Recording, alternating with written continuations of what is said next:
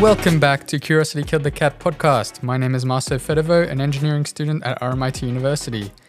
Today I'm joined with Graham Hehir. We will be talking about philosophy, and he teaches me, and hopefully you, some important life lessons. Before we start, make sure you're following the podcast on Spotify. And how long, and what subject matter do you choose?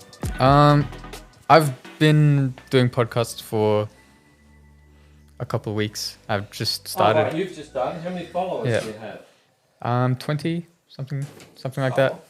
But, we start somewhere. You just have to start, otherwise you won't get anywhere. No.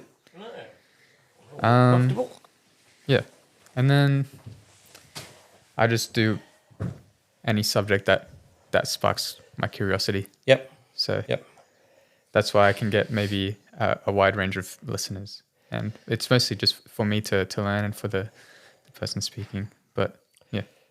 I think it's different, and I'm glad you talk to me because, I don't mind. And that's why I thought, if you want to talk to me, I don't mind coming and helping, like I said, because a lot of kids just don't want to think about these things. Yeah. And I have conversations the way I've had with you with other guys of my own age. Yeah.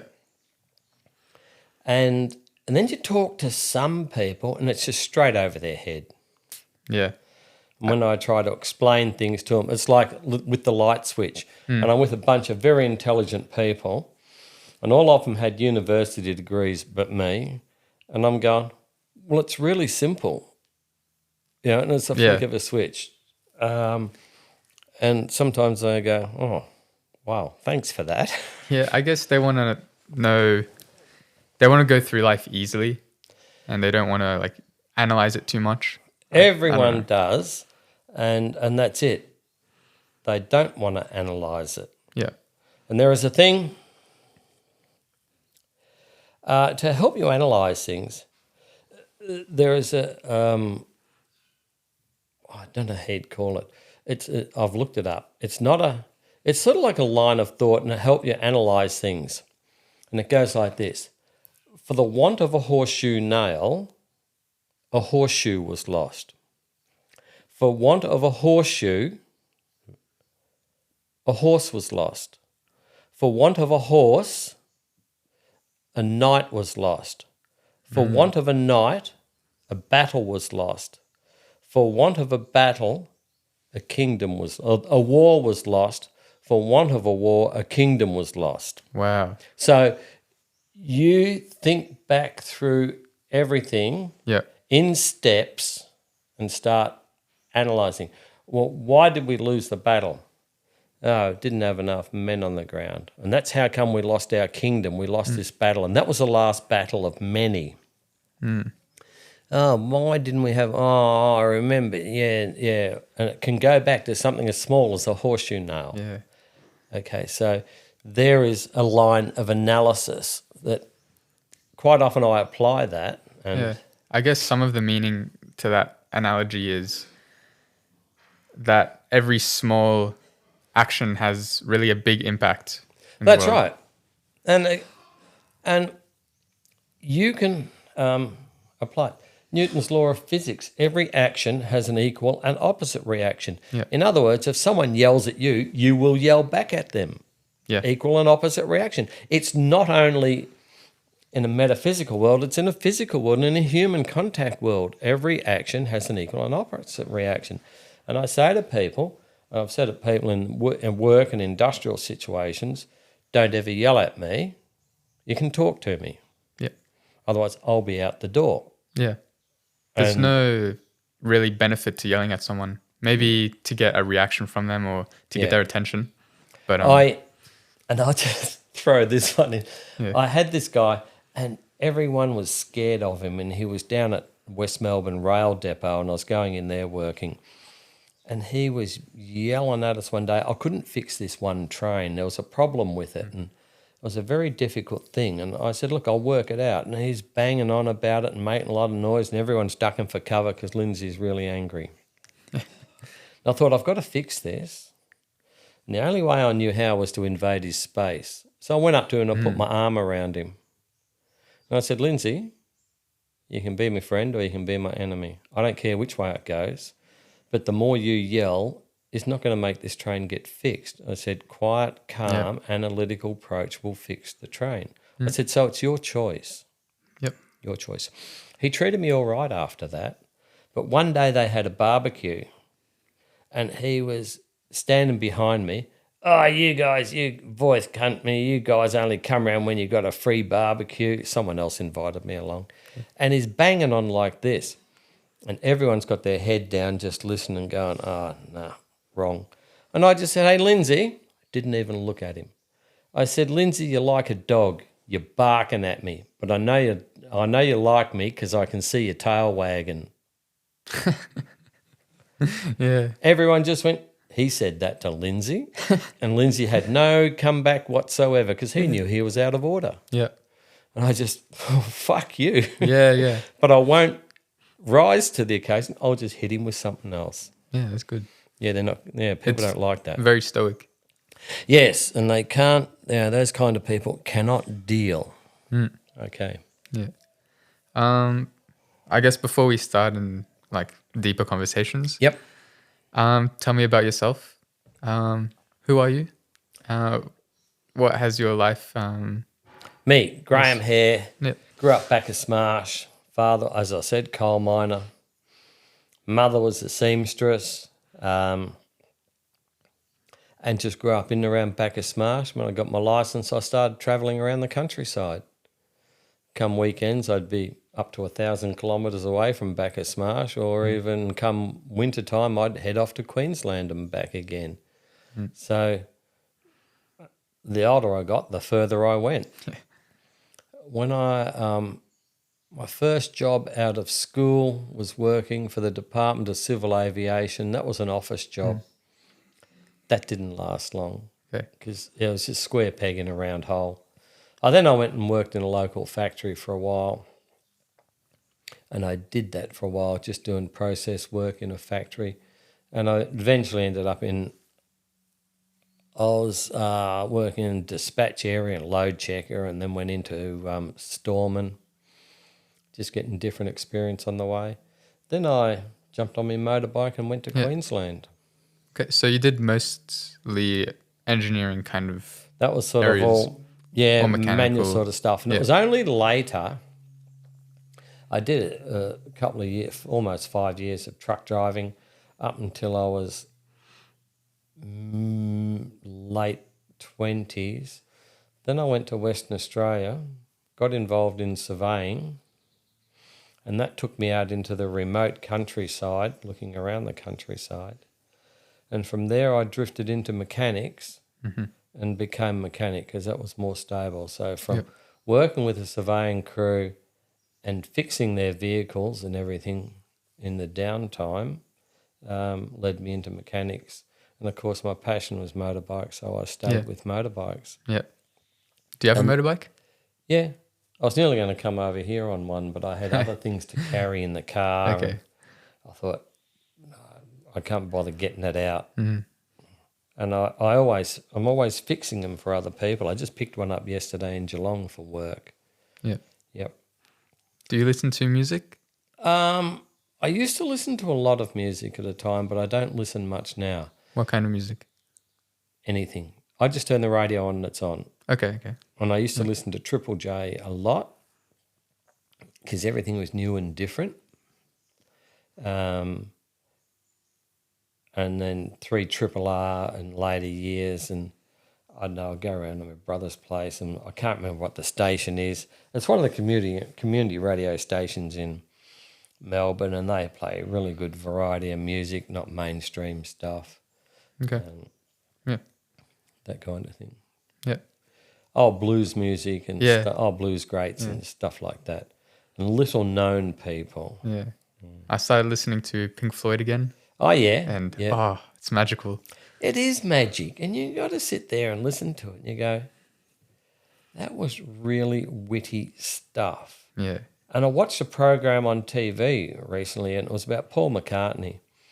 And he was talking about making some of their songs, and some of their songs are, quite simple, the Beatles and that.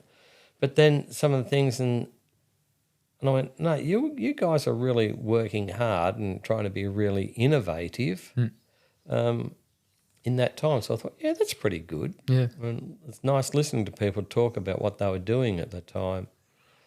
It's a lot different to music nowadays, Yeah. like modern music. Rather than just listening to music, having someone tell you how they made these songs. Yeah. Yeah, you can learn so much more of the intricacies of it Yes. and how much effort is put in it. Yeah. We went to a David Bowie exhibition. David Bowie came out of art school. So, and he was, look, you get a lot of people come out of art school. Not all of them will be great. David Bowie was good. He sketched all his own costumes and everything, and he had costume designers, and he'd get ideas and write them down. And in this exhibition, there was all this stuff and all this rough hand drawing notes and everything, and you go, oh, well, there was quite a bit to this. And his costumes and his ideas and everything. And Yeah. you think, It's more than music. it's more than music. It was their life, I guess. Yeah, and it was a stage show. And costuming was very big in their stage shows. So life, and then I never married. I had several girlfriends along the way. I'm not celibate. And I just married Marcus's grandmother nearly 10 years ago, 9.5 years ago. Yep. Thought I'd better settle down, and I gave up racing motorbikes, not because I was married. It's because there's a few bodily injuries along the way, and I thought, no, I can't keep doing this forever, so I stopped. Yeah. All right. Marcus told me you're into philosophy. Is that true, or is that... What is philosophy? Philosophy is being able to question things, and philosophy is also being able to think outside the box and have different thoughts, opposing thoughts to other people. Yeah. And I think the root of the word philosophy is the love of wisdom. Yes. So and even my uncle's wife in Canada, she was a Japanese Buddhist. And even she said, oh, Graham, you're very wise for your age. You know, you like Buddhist. And I said, well, I have read a bit about Buddhism. And even some of the friends that I hung around with, we'd talk about stuff, and average people wouldn't even be interested. And I still communicate with guys in Queensland and that. And sometimes that topic of conversation... it's just questioning things. It's just questioning. Yeah. Now, if I take you back to COVID, and the Ruby Princess, big ship, came in, had a few people on it with COVID, okay? Okay. They let all those people go home. That was a lot to do with Morrison, the Prime Minister. Yeah. Then the Ruby Princess people said they cleaned the ship. They may have, and they may not have. The stuff could have been around. Yep. Anyhow, the next group of people came on. A whole ton of them got COVID. Then they all got sick, and some died, and they all blamed the ship, and everyone blamed the ship and the ship owners. Now, the question is, where did the COVID come from? In the first place, the first time that people took that COVID onto the ship. Yep. Now, all the while in society, COVID is spreading. The second lot go on the ship. Did they pick it up from the train, the taxi cab, the shops, wherever? And could one of those 800,000 people from the second group have taken it on? Everyone complained that they picked it up off the ship because the ship had it. Yep. No one thought that, maybe any one of these other 1,000 people could have brought it on. Which is probably more probable. More probable, because all those people have been moving around in society. No one was wearing masks. Yep. And they had this big class action, and the lawyers were going to do this, and everyone's going to make money out of it. But no one had a think about it. And if I had been representative, I just would have stood up and said, this is how it goes. Yes, there was COVID there. We cleaned the ship. You cannot prove nor disprove we didn't clean the ship, but we gave the ship a pretty good clean. So what about all these other people, these other 1,000 that came on, including you, your family, the taxi driver that brought you there, anyone else, wherever all you people have been, it could have been brought on with the second group. Why blame the ship and the ship owners? Prove it. Yeah. It's a virus. Yeah. It's airborne. You can't prove it. Why fixate on one thing? Maybe they feel like they're They're not guilty. It's not them. Yeah, it's they the can't ship. accept that they'd be guilty. They want to blame somebody. They want to have some blame. Can't be them. Yeah, it can't be them. Yeah. It couldn't be me. It couldn't be my auntie. It couldn't have been the guy next door. I was talking to him. He seemed all right. He was a nice bloke. Yeah. He come from the other side of the country. Everybody wants to blame the ship owners because they reckon they can sue, then get money out of it. Exactly. And a lot of people, I just sit back and go, as I said to my friend in Queensland, this COVID is just going to show how stupid society has become. That people think that they can kick up this great big fuss. People dying in old folks' home and they get COVID, it's a respiratory disease. You have put your aged parents in an old folks' home. They ain't coming out. They're 85 years old. They might have died at 87. They might have died at 86. They might die at 92. They're not going to go and climb Mount Everest. Their bucket list is over. They die. Now they kick up, oh, they died while you were taking care of them. Well, you weren't taking care of them. They reckon they can get some money out of it. Put the blame onto someone else. And this is the society we have. Yeah. Blame society. Yeah, victimhood. Oh, I'm a victim. I'm a victim. Give me some money. Give me some compensation. Yep. How do you overcome that in your life? Well, how do you? Once again, ask them, stand them in front of a mirror and say, well, what did you do to assist? How could you have stopped it? Don't blame someone else. Just sit back and go, yeah, and that's... You say how it could have been avoided. It comes back to what we were talking about before when we were saying we need to analyze the world more, analyze your actions. And that's right. And what are your actions doing? They're putting someone else under stress. You're basically accusing them they went to work and their plan was to kill your grandmother. And it's not fair on them. Yeah.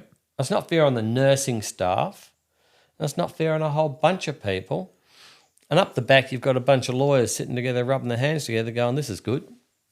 Yeah. We'll take 50%. Thank you very much. Right.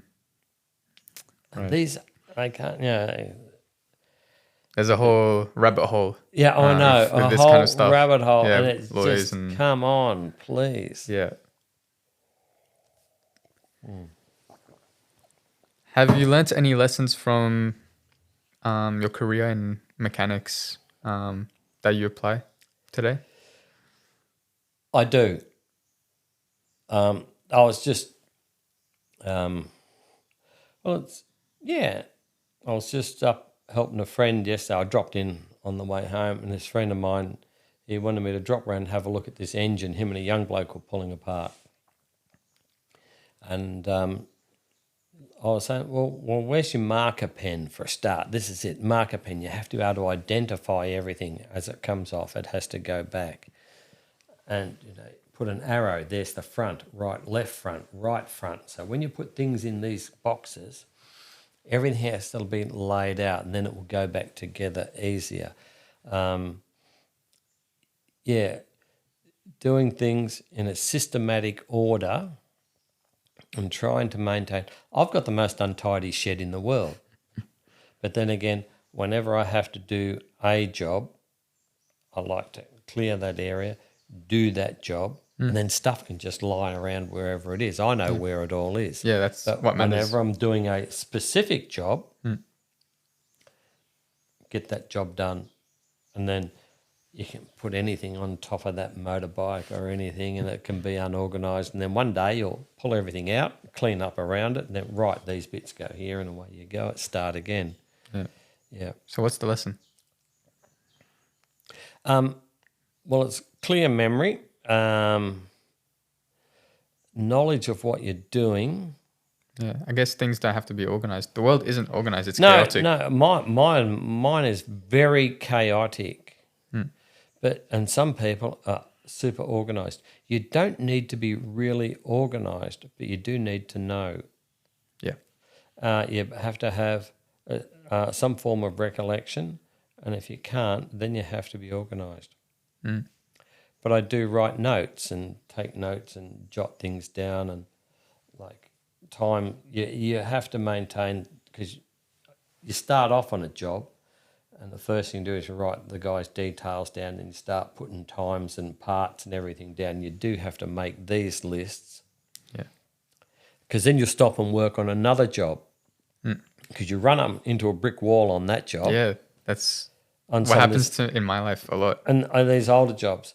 So that one goes there, and you pull out another one, and then I usually have just folders and then put them together. And then you've got a stack of folders. Right now you have to go through and find Richard. And then you go back to Richard.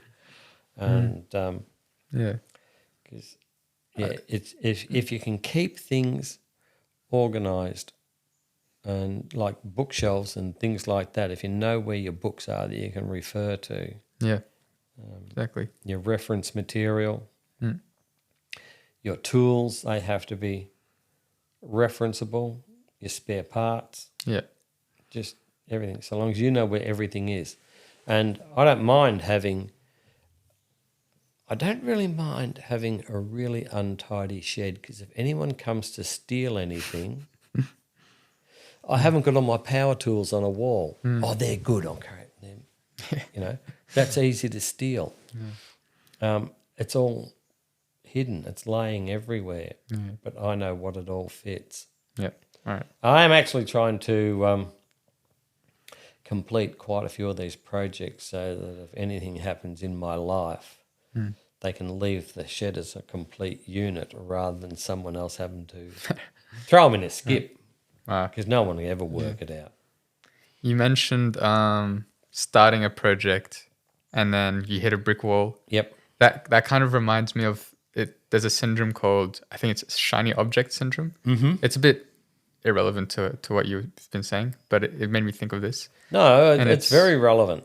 It's when you start something, you're very motivated, and then it gets a bit tough, and then you get motivated by something else, and you never finish any project that you've ever started because you're always motivated by something else. That's right.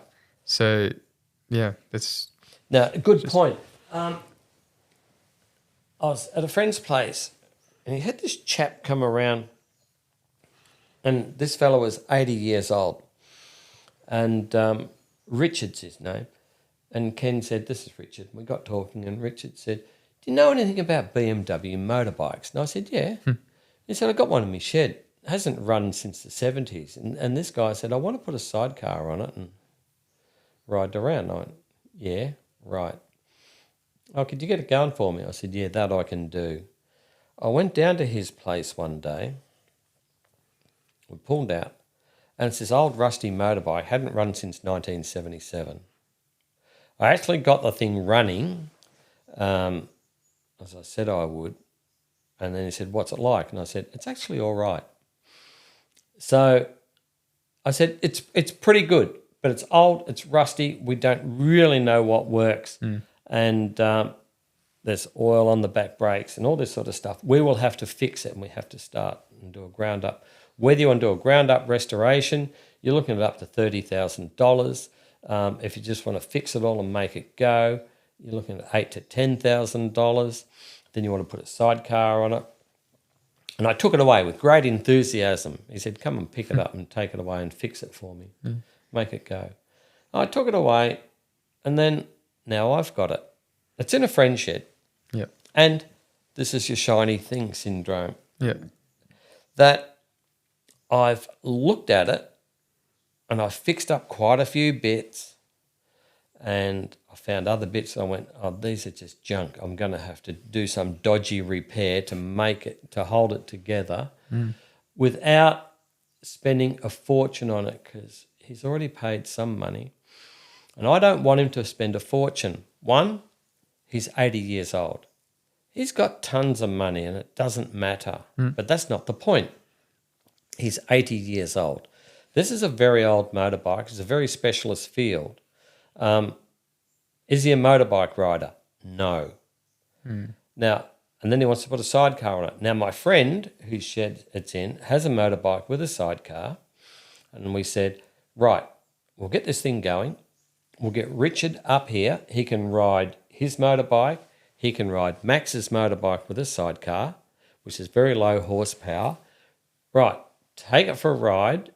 In the modern world, you have no indicators, poor brakes, poor power, and you want to ride this around Melbourne with your wife in a sidecar on tram tracks at age 80 when you haven't been doing it from age 25 on. Now, Max said to me, I've been doing this since age 25 on. I will ride my motorbike when I'm 80 and 80 plus. So that's different. I've been doing it. You can't start. And everyone I talk to. So this ball has become less and less shiny. Yeah. Because I don't want this fella to hurt himself. I don't want to disappoint him. I don't want to break his heart. But I do have to be honest because I don't want him to break his leg. Yep. And I want him to sell it on to someone else who will do something with it to their desire. So you don't spend a heap of money on something to suit yourself, and then someone else comes along and buys it, and then they've got to spend a heap of money making it theirs. Sell it now and make it theirs. Yeah. And if he's got this desire for a motorbike and sidecar, you can buy ones that other people have done and set up, and they're quite reasonable. Go out and buy one of them, use it for a year or two, sell it. Yep. And you won't lose too much money. With electric start, with modern brakes and all that kind of stuff. Yes, yeah. So, there comes your philosophy. You have a dream and a desire and you have a reality. I'm trying to get him back to reality. The shiny ball syndrome, that was a very shiny ball to me. Yeah. I even rang up a friend who had one of these early. It's a pretty rare. It's a 1960 BMW. And I restored one for a friend once. I rang him up and said, I've got another one for you because he always wanted another one. He said, oh, great, Graham. And he keeps ringing me up. And the thing is, he said, if I buy it, you'll have to fix it for me. And I don't want to. I'm running out of steam at my age for working on things and I want to go and do other things. And I have to say to Nigel, I really don't want to do it. Yeah. And as much as I love Nigel, I don't enjoy doing his, I don't want to do it anymore. Yeah. And, at an age and a time, things run out. So the shiny ball syndrome is there because when I was younger and I would have ripped into it and had a great old time doing it, but you can't do it forever. And I guess you said you told him no, and a lot of people don't know how to say no nowadays. I haven't said to Richard no. I haven't said that to him. I'm waiting till I get the bike going. Right. I'm going to invite him up. He can have a go. Then I'll just say, Richard, this is reality. You have now sampled it. Do you really wish to do this? I will make him make that decision. Right. Yeah.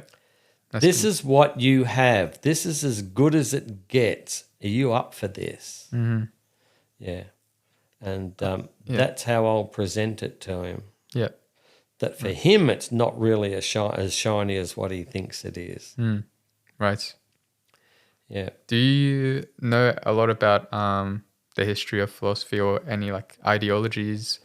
I have read a few people, and of course we go back and we read something about all the ancient philosophers, and one will have a bit of analysis on some part of life, and then someone else will come along and they'll take a bit away of that and then discuss it. Yes, I have read it, but I can't make any quotes or anything because, you read something, you get a bit out of that and you go, yeah, they were having a good think about things and they were trying to develop ideas and thoughts. And, the greatest thing is, why are we here? And why are we here? And here we've got the human being at the top of the food chain. Yeah. And this is where we are. We're at the top of the food chain. The human being. Why are we here? Why is anything here? Anything is here to procreate, to repeat itself. If it doesn't repeat itself, it no longer exists. Yep.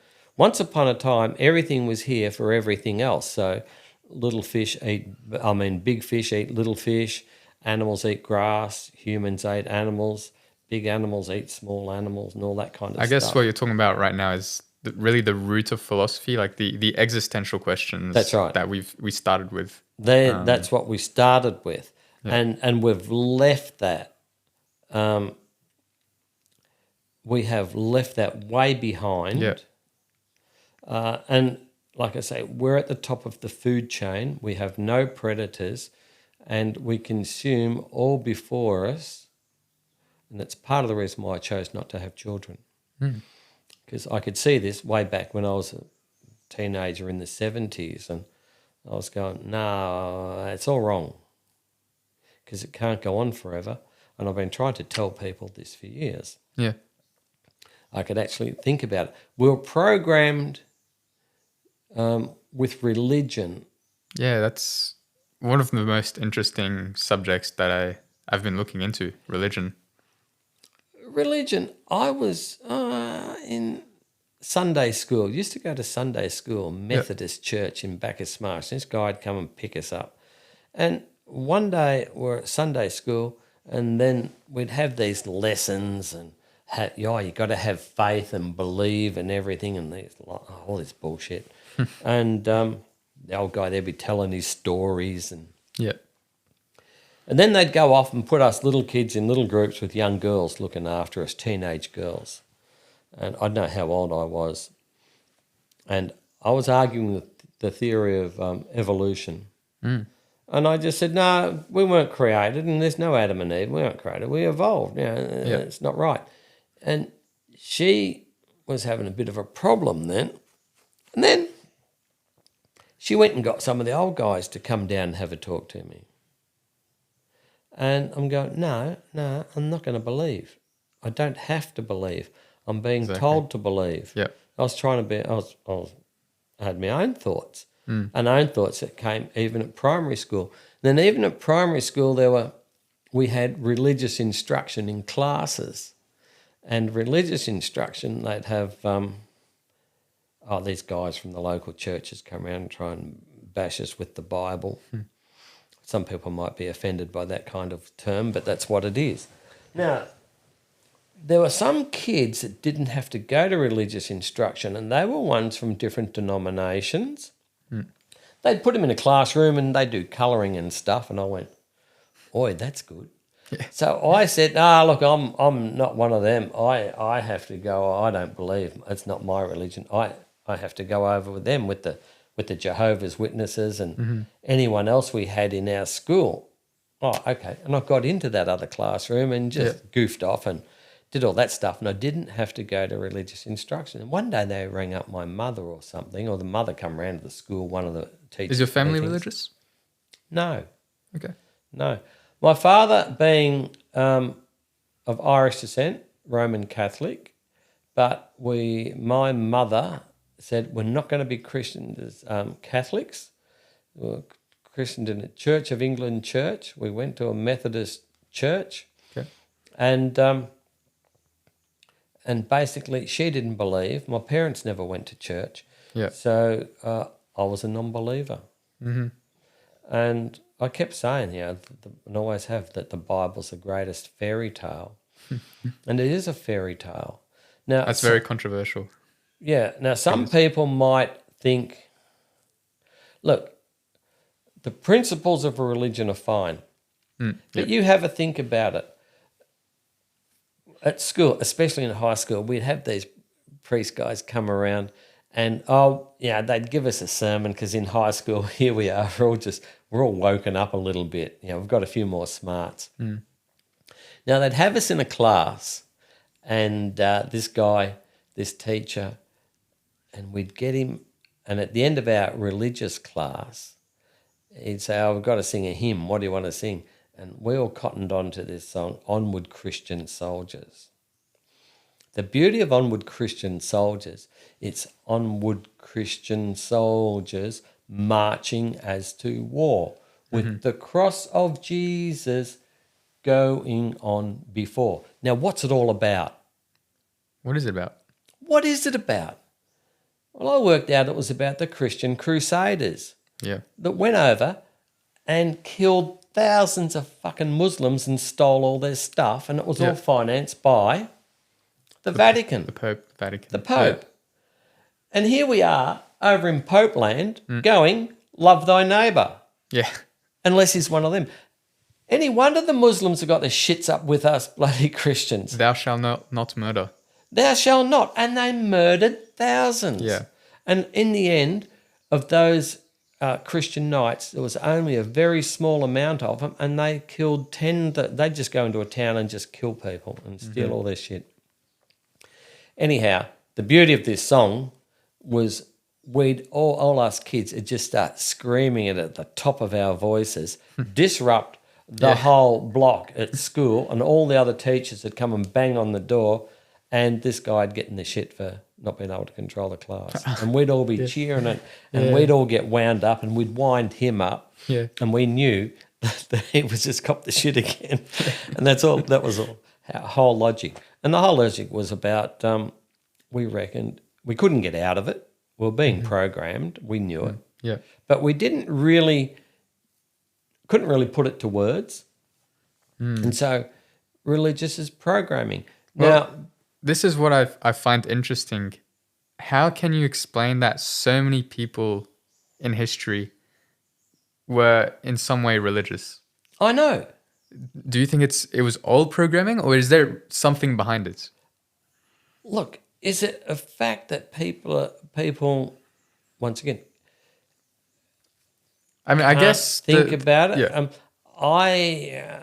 My wife was brought up to be a Catholic, and she doesn't go to church. She doesn't do anything. She still crosses herself when she walks into a church. She's been programmed.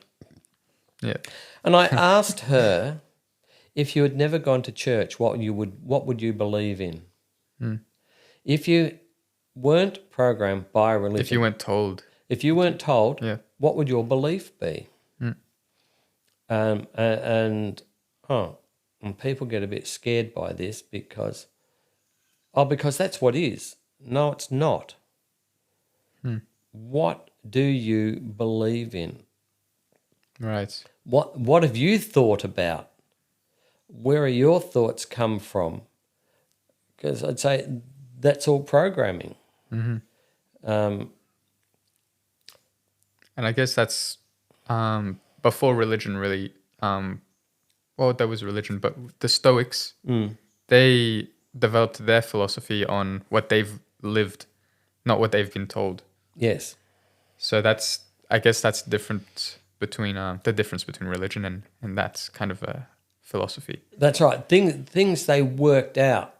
And there are so many different religions. Is there anything wrong with a Buddhist religion? Why don't I, because I think Buddhists are quite nice, why don't I become a Buddhist? Why do I have to be a Christian when we're so hypocritical? Well, There are all these things. What's wrong with being a Hindu in India? And then the Sikhs, and now they have a big fight against each other. And it's just terrible because they all have to fight each other over beliefs. right, yeah. Beliefs. And that's all they're fighting about, a belief. Is science a belief? Is science a belief? Well, science... Is science just another religion? No, it's not. Because it has concrete facts? Because it has concrete facts. There are some simple things, and we learn them when we're young. Don't touch that, the fire is hot. We go over as kids, put a hand on it, burn it. There's a burn on my thumb there. Yeah. We're just registered. That's what hot means. Hot means burn, red, blister. It's hot. That is science. Don't do that or you won't go to heaven. Yeah. There is nothing there. True. But there must be, I don't know a lot about specific religions. No. But there must be some kind of thought behind it. Somebody just didn't just decide that. I know, and so many evolved all over the world. You know, we got Christianity and Jesus, and then we got Buddhism, and then we got others, and Chinese, and everyone's got their own beliefs. Do you think that's a human instinct?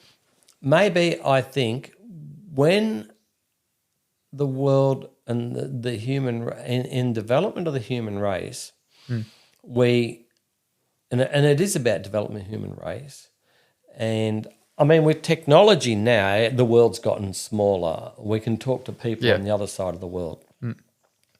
It's a bit like the flat earth theory. You're always scared of what's on the other side because you'll fall off the edge and there's monsters over there. It's a bit like people. Don't go over there because they're monsters or marauding hordes on the other side of the mountain. So we all stayed together. So you had to have a belief, I think, and I think it was more like for protection. And they developed and the whole religious thing, I think it was a form of protection. Right. Or could it be a form of control? Well, it's definitely control. It maybe started out as a form of self-protection and it turned into definitely control. Yeah. And it's definitely control. You look at, I'll go back to the Catholicism and other religions, the Mormons and others, you know, and the Catholics banned contraception. Why? Good question. It is a good question. Why ban contraception? The more Catholics you have, the more Catholics on the earth, the more influence you have on the world stage. I guess back then they didn't. You've got the numbers in your favour. Yeah. Oh, you're a Catholic, you'll come with us.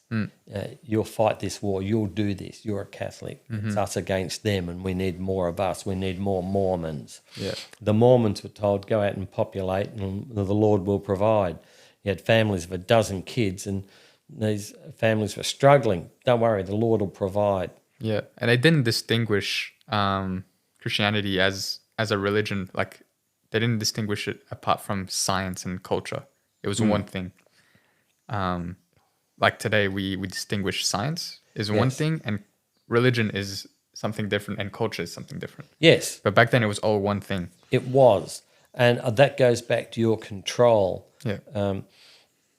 And you control people with what? By physical force?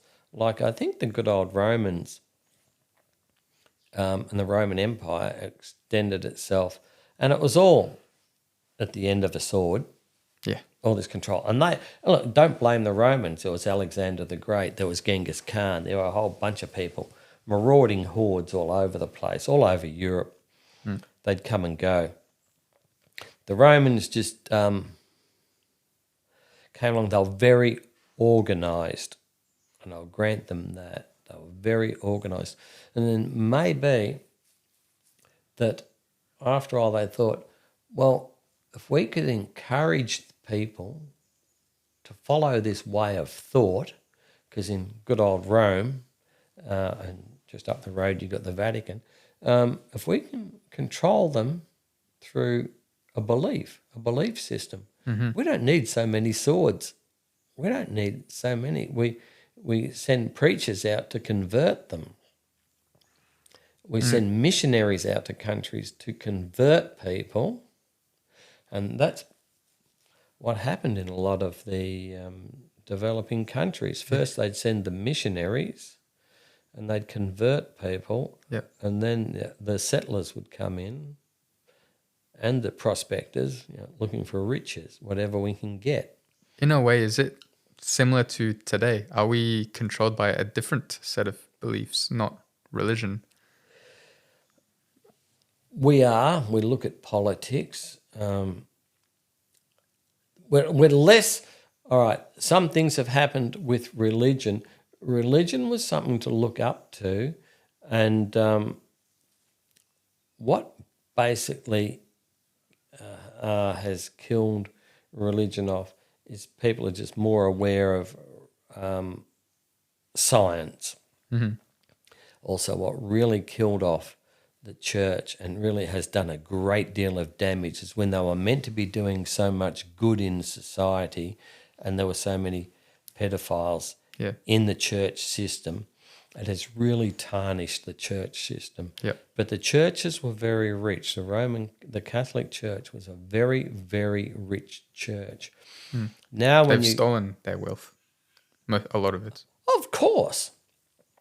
You look at England, and it wasn't the Catholics then, it was the Church of England.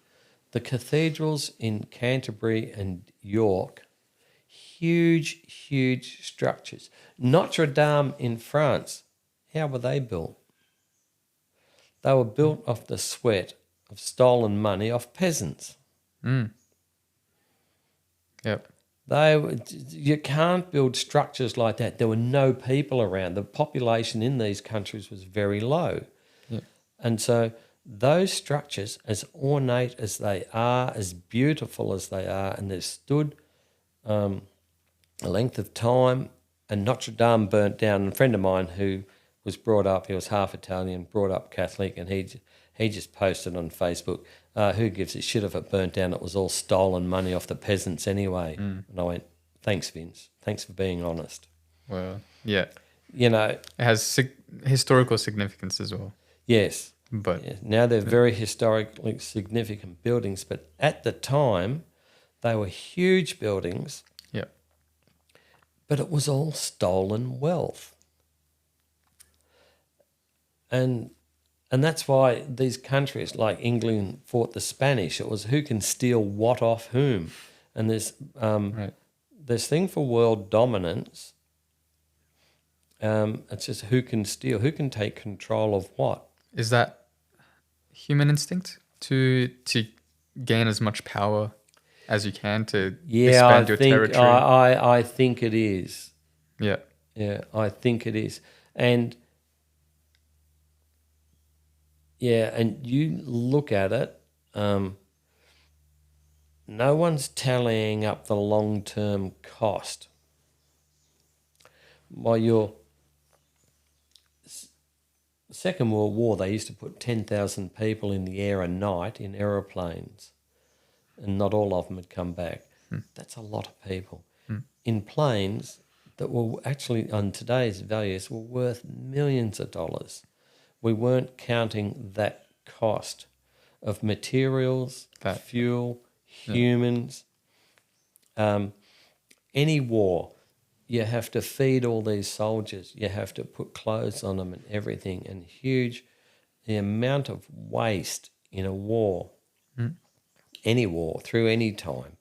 And in real early days, if Hannibal comes across the mountain on elephants, he's got to steal his food from the people, from the peasants. And they're only fighting for their survival. Or like Alexander the Great, who went through city to cities taking their food. That's the only way he could move an army is to steal from the people. And it was just all theft. And they didn't see anything wrong. They just saw it as part of war. Well, this is what we're doing. It's not wrong because we're doing it.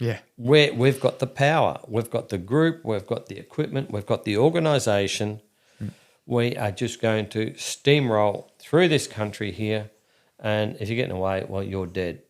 And we're allowed to do that because we're the ones in power. We're the good guys. Yeah, we're the good guys. But we're stealing it all to take it home for us. Yeah, and so, there were those guys. The Romans followed on. There were the Dark Ages. I don't know what big skirmishes were. Then we saw the rise of the British Empire, but they had to fight the Spanish and everyone else around there, the French.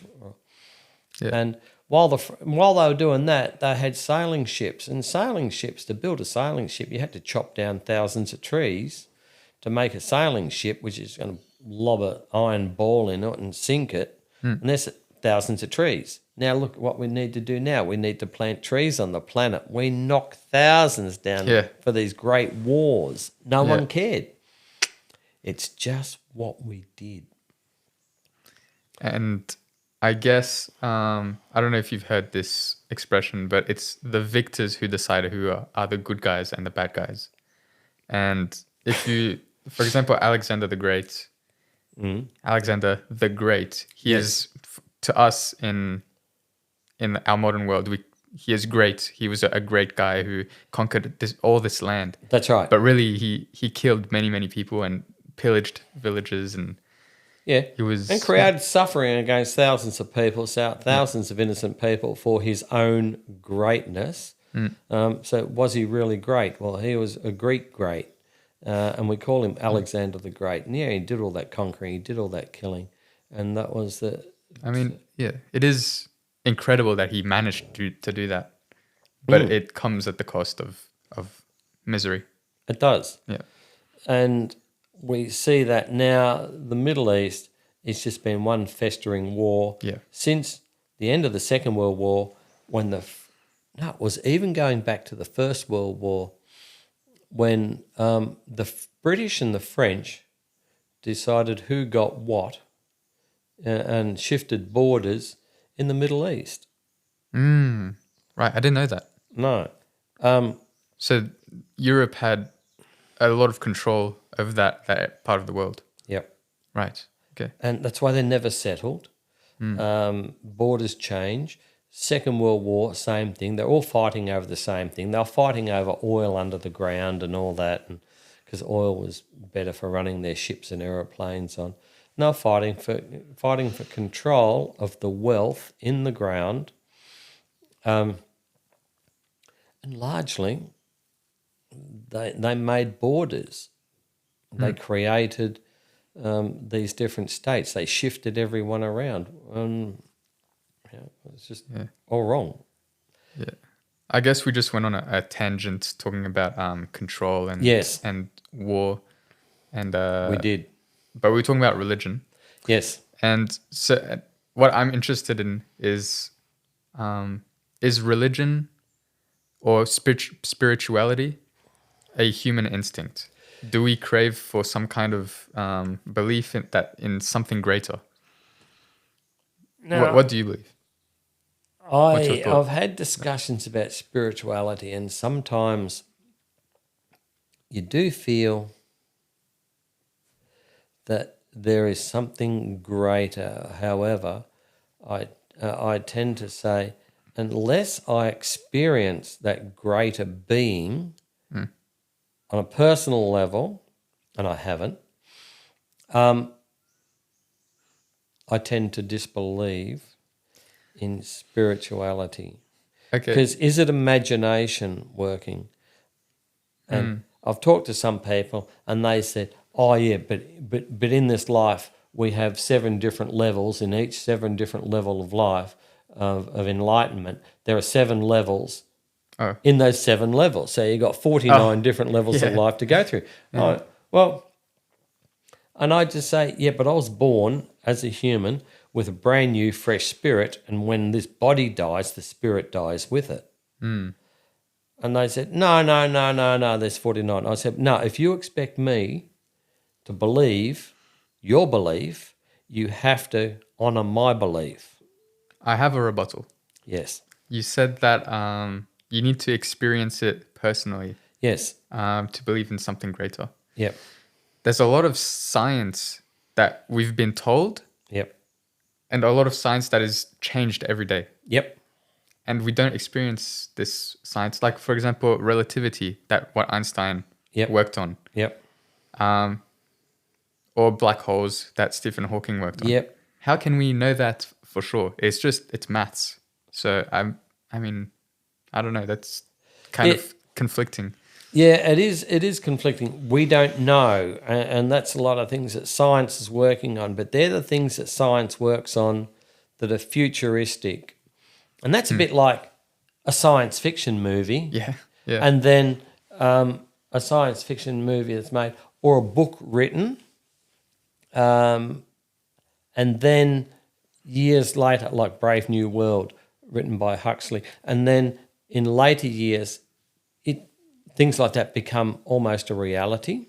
Right. With technology comes along and and things happen, and you do have flight through the air, but in early days you didn't. And it's the same as some of Leonardo da Vinci's wacky sketches. Flying machines, they would never work. But he had the idea in his head that if you had the right kind of stuff, you could fly. Yeah. And eventually some people come along and make that. So it's a bit like your science and black holes. It's a bit like Leonardo da Vinci doing these wacky sketches of a flying machine. Right. He had the ideas, but he didn't have the material or the wherewithal to put into practice. Whereas about black holes, well, there could be black holes up there, but we don't know. But it's highly probable because due to the maths that they've done and that's right. Due to the like maths and stars, the star we see might be dead, 100,000 years ago, and the light's still getting here. Yeah. And when you think about that, see, that's too hard. It's very abstract, even though it's science, which is something that's very factual and concrete. Yeah. It's still, to our brain, it's becomes abstract. Well, it's too abstract. I don't know. It might have been in a book, or I was having a discussion with someone, and we go, what if we all lived on a world and it was in a bubble, and the whole solar system was in a bubble, the solar system we know. Well, what's on the outside of the bubble? Other solar systems. And what's outside them? Because space is infinite. And we are looking at answers. Because even if you say, we have these bubbles hanging in this room we're in, what's on the outside of the room? More space. Right. So we do know that it's infinite. Okay. And it has to be. There is no other answer for the infinite world of space. We can't Because if you go out and hit a wall, like the building next door, there's your wall on the outer of our knowledge. We've got a wall here to get out of this building. We have space to the next building, and then the building's full of space. Then you go to the other side of the building, there's more space. Space exists forever. We cannot fathom space. Perhaps. No, it's impossible to fathom space. And so then when someone says the light coming from a star, it could have already burnt out because it's that far away. When you look at the infinite space that we have, it could be that far away. Yes, the light's still getting here and the speed of light and everything, and the star has burnt out. Mm-hmm. That kind of thing is very hard to comprehend. And it's very hard to comprehend because we walk over there and we turn the switch on and the light comes on. Yeah, yeah. So we know that light happens. Yeah. But space goes right. And so that's like your religion. Well, that's why I reckon religion was created, to formulate an answer. Yeah. Because not everyone had this philosophy. So why are we here? Well, let's answer the question and say God put us here. Yeah. Well, who's God? Well, God could be space. Yeah. So that's another idea. Yeah. Until the science come in and started digging around and found some old bones of old people. Oh, their bodies are different shape. Oh, there's some older ones. Oh, we evolved from that. Yeah. And they found dinosaurs before us. Oh, what happened there? How did they? Where? And we dig holes in the ground and we get coal, and you scrape the coal off, and here's a huge tree. Yeah. Oh, well, we know coal came from trees. Yeah. Okay. So there was something big before this life. And then, of course, we developed carbon dating and everything. Well, this stuff's millions and millions of years old. Mm-hmm. And these people then, they're millions and millions of years old.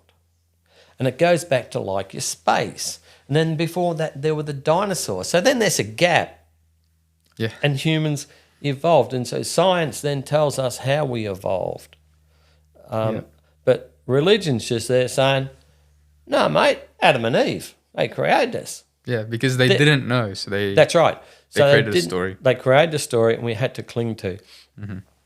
I saw on Facebook the other week someone had put up a picture of a blonde girl, and she had a placard in front of her, and it said, "There is water on Mars.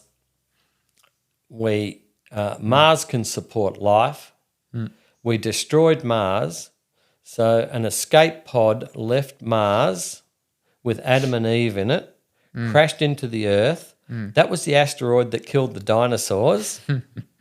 Yeah. And Adam and Eve then populated the Earth. I mean, it's a interesting story, entertaining. And a lot of people then threw out this ridicule, stupid blonde, stupid blonde. Well, don't worry about the stupid blonde. She didn't even write it. That was just to get that reaction. Right. I just said, I love that story so much. I want it on a T-shirt. Yeah. Because it is so bizarre, and it's once again, asteroid. It put everything in there. There was a big asteroid, and then millions of years of evolution of Adam and Eve to get to the human race we have today. Yeah. Well, we're all just trying to make sense of the world, and you can't put someone down for believing something else. They're just trying to find their... Yeah. You just have to teach them. Tell them what you think, and then they'll That's come right. up with their own idea. Yeah, and offer with an open mind. Yeah. Offer an opinion, and as I say to people, don't be afraid of having opinion. Your opinion can change. Yeah. Once your opinion can change because you might get more information. Your opinion can change for a whole bunch of reasons. You don't have to hold the same opinion all your life and live and die by it. Yeah. And that's a bit like religion says, no, there is no other way. Yeah. Close-minded. Very close-minded. And you go back to good old Galileo, and they wanted to kill him off for heresy for saying that the earth revolved around the sun, because before that the Bible said the sun revolves around the earth and the earth was the centre of the universe. And Galileo said, no, it doesn't. And he was trying to prove it with science. And they didn't kill him, and science was proven to be the opposite of the Bible. He's very lucky to be alive. I guess people choose religion over analyzing the world around them or asking questions because it's the easy path. It's easier to say everything's black and white, everything is this way, and it can't change. You can't change your ideas. Don't question it. I think a lot of people do adopt that. They just do accept it, that it's an easy way out. Or it's an explanation that then you don't have to... Because look, what are we going to occupy our minds with? We are going to occupy our minds with going to work or getting a job, going to work, saving up some money, getting a house, a wife, kids, food on the plate, roof over your head, the normal things in life. And that's what we need. They haven't got time to think about really why are we here, how did we get here? Yeah. And so many don't. And you look at all the garbage that we're getting programmed with today, and no matter how much programming we have about look after the planet and clean the planet, how much garbage is lying on the ground. People just listen to what they want to. But how did we get people to believe in Christianity or any religion on such a great mass? Yeah, that's what makes me believe that there has to be something behind it, something more than that I'm missing. Why? How can so many people? Can so many people embrace it? Is it really that we're all really insecure and looking for a reason to belong? Yeah, that could be one aspect. Yeah. Yeah. Is there such a great insecurity in the world? We're looking for actually to belong to something, and so a lot of people do need something to belong to.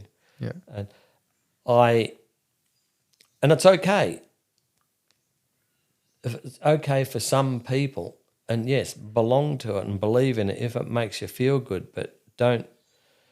As I said to a Hare Krishna guy in Port Augusta, he was trying to get me to buy his Hare Krishna books. And I said, what's so good about this Indian religion and philosophy and everything and education? I said, what about those first Australians down there? Have you sold a book to them? I said, they were on this country first. And I said, I'm more aligned to whatever they've got to talk to me about rather than what's in your book from India. I said, I'm more interested in them. Yeah. So can you go and sell them a book, and I'll come with you and we can have a talk to them and see how you go. And this guy just looked at me and walked away. Because I didn't need an Indian religion. Yeah, I didn't need to believe in Indian Eastern mysticism. Yeah. But it is interesting to learn about. Oh, there's all sorts of little bits and pieces in there. Yeah. I know that is it Hindu or Hindi, the religion? Yeah. Hinduism. Yep.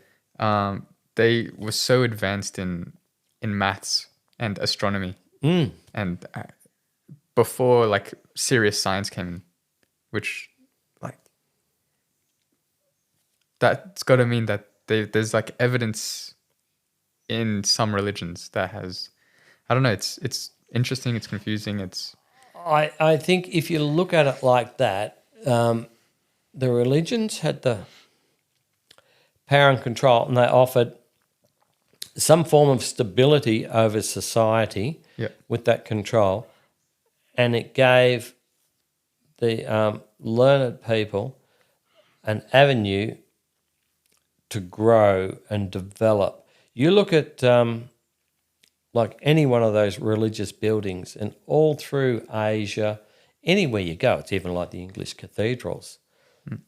Brilliant engineering.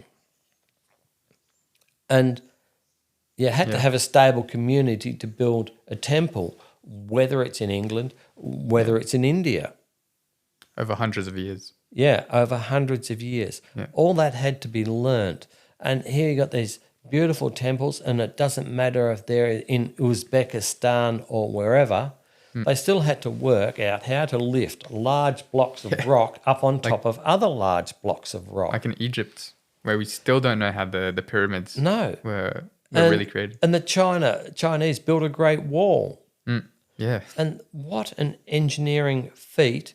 And you had to have a lot of people putting a lot of money into the pot, a lot of peasants, in order to finance that. It doesn't come from nothing. All of those temples all around the world. And they were religious. They were religious. thinkers. So Yes. So that's interesting. Einstein was religious. He was Jewish, I think. Yes. And he was one of the greatest scientists in history. Yep. So yeah, that's interesting. Yep. I have another rebuttal to when you said you need to have some kind of proof Yep. to believe in something greater. Yep. This kind of ties into psychology. Yep. If, let's say, you do experience some kind of spiritual experience, Yep. you see God or you see a light, you have a feeling, Yep. how can you know it's real? Good point. How can you trust your brain? How can you trust Good yourself? point. Is it your imagination working? Is your imagination just trying to visualize if you have a near-death experience? I suffered an aneurysm when I was about 40. Yeah. And my greatest fear was just sitting in a wheelchair and dribbling on my shoulder. I came good out of that. Everything got repaired in my head and I came good. So I didn't go seeking religion. I didn't see any light at the end of the tunnel. I was extremely scared of what could have happened. So even in that sort of situation, I didn't see God and I didn't see light at the end of the tunnel. I didn't go looking for God. But I was very sick, and when I came out of all of that, I had slurred speech. Other people said I had slurred speech. I was very slow in conversation. I had to think about everything I said. The cogs were turning very slowly. Don't you think that belief can help you in those situations? Could belief help you? If you are searching for that, if you think belief, of course, if you think belief will help you, belief will help you. Yeah.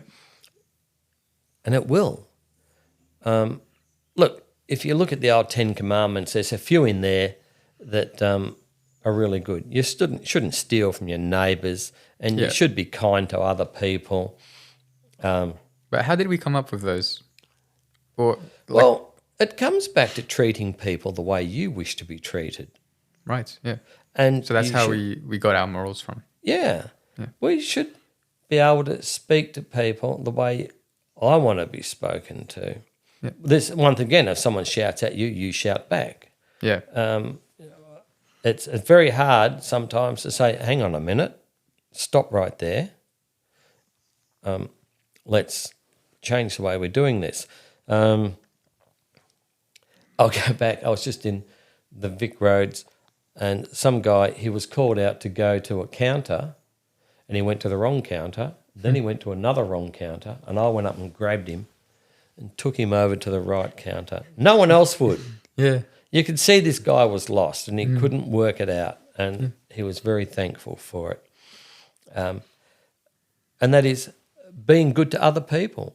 You don't need to be a Christian for that, and you would like someone to help you.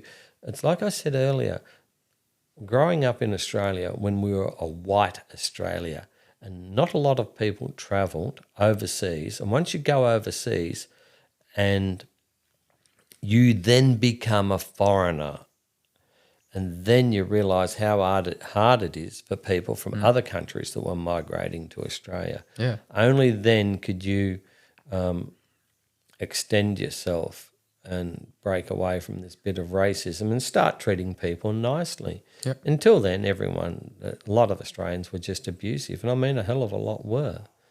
Yeah. So going back to, and that goes back to your belief of being kind to people, treating people the way you wish to be treated. And Yeah. Also, if we go back to the beliefs, where beliefs can help you, if they're real beliefs or beliefs that don't exist. Yep. You know, there's this YouTuber Vsauce. He did this experiment. Do you know the placebo effect? Yep. He got some kids who have eczema or ADHD, put them in an MRI machine. It wasn't on. And then pretended to do an experiment, telling them constantly that it's going to help them. Yep. And months later, they got results, and their eczema got better, healed, and their ADHD was healed. Beautiful. So these are just beliefs that, just from believing in it, they were healed. They had biological effects and psychological effects just from beliefs. Yep. So whether the beliefs are real or fake, it doesn't really matter, because the effects of it are still present, which is crazy. I don't really know how it works, but it's incredible. Yeah. Well, you have to look at some people, and they've got something wrong with them. Quite often, some things are wrong with people. Part of their upbringing, their ADHD, they might be ADHD. There might be an imbalance, and we try and treat it with drugs. Yeah, okay. Mm-hmm. However, and maybe they just have a problem with coping with life, because there's so many people around this countryside now, they just can't cope with day-to-day life. And a lot of people are taking medication. Now, maybe it helped these people because they needed to be told that we've done things on them, and it's psychosomatic, that they didn't know any better. I'm sure it'll work on some, and eczema and stuff like that. It would be stress related. And that's why some people stutter and have speech impediments, and it's a fear of being with other people and in a classroom, a fear of being left behind in the classroom. And a lot of these things come out, I'd say, if we don't grab them early in the classroom and in the way we teach. It could have started, even these things could have started in the family home. Yep. With upbringing. It has a huge role in the development of your Abandonment, character. violence from other family members. Yeah. And it breaks out in eczema, and then someone's come along and given him a little bit of care and said, look, mate, we've done this MRI, done these things on you, and your eczema will be cured. And he's gone, oh, thank someone cared for me, and it is cured. Yeah.